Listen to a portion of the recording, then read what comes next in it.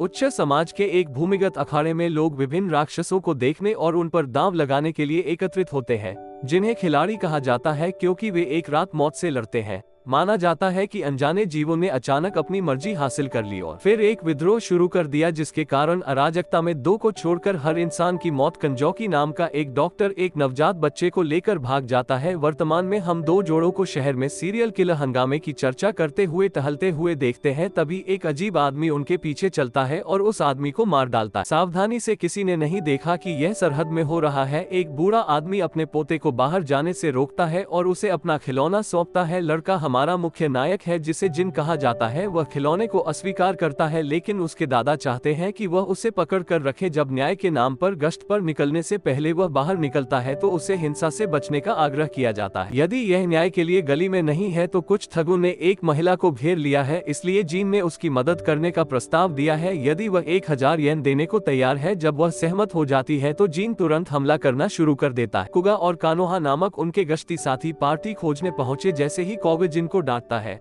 महिला अपना आभार प्रकट करने आती है, लेकिन कुगा जिन को अपना इनाम नहीं लेने देती। बाद में महिला जिन से टकराती उसे अपना 1000 येन का इनाम देती है, जैसा कि उसने वादा किया था कि वह उसे अपना कार्ड भी देती है और उसका इलाज करने का वादा कर। वह अगर कभी भी उसके पास जाता है, जिन उत्साह में घर जाता है केवल आसपास के शवों को खोजने के लिए। वह अपने दादा का पता लगाता है जो मृत्यु के कगार पर है, क्योंकि वह एक छोटा बच्चा है। उसने स्थिति को समझा नहीं है, फिर भी वह आवेदन करने की कोशिश करता है। सलाइवा उम्मीद करता है कि यह घावों को ठीक कर देगा। जैसा जिन अपने दादा के शरीर को डॉक्टरों के पास ले जाता है, लेकिन उसे ठुकरा दिया जाता है क्योंकि उसके पास इतना पैसा नहीं है कि कहीं और मुड़कर वह कुगा को दुर्भाग्य से कहता है, पिता को अभी पता चला था कि वह एक के चारों ओर लटका हुआ था, घर लड़का, और उसे इसके लिए डांटा गया है। नौकरानी कुगा का बजता हुआ फोन आगे लाती है, लेकिन जब उसके पिता को जिन से ऑडिट का पता चलता है तो वह फोन को नष्ट कर देता है। जिन उस महिला की ओर मुड़ता है जिसकी उसने पहले मदद की थी और साथ में वे अस्पताल जाते हैं। बाद में वह रात के लिए जिन को ले जाती है। जब वे स्नान करते हैं तो जिन सभी सूचनाओं को एक साथ जोड़ता है और रोना शुरू कर देता है क्योंकि वह अपने दादाजी से नहीं मिल सकता है। जब वह दुकान पर जाता है तो उन पर हमला किया जाता है और एकमे नाम की महिला तमाम कोशिशों में जख्मी। एकमे की रक्षा के लिए सीरियल किलर ने खुलासा किया कि वह था जिसने अपने दादा जियन को बुरी तरह पीटा था, और जब एकमे ने मदद करने की कोशिश की तो वह दुश्मन की जीभ से उड़ गया।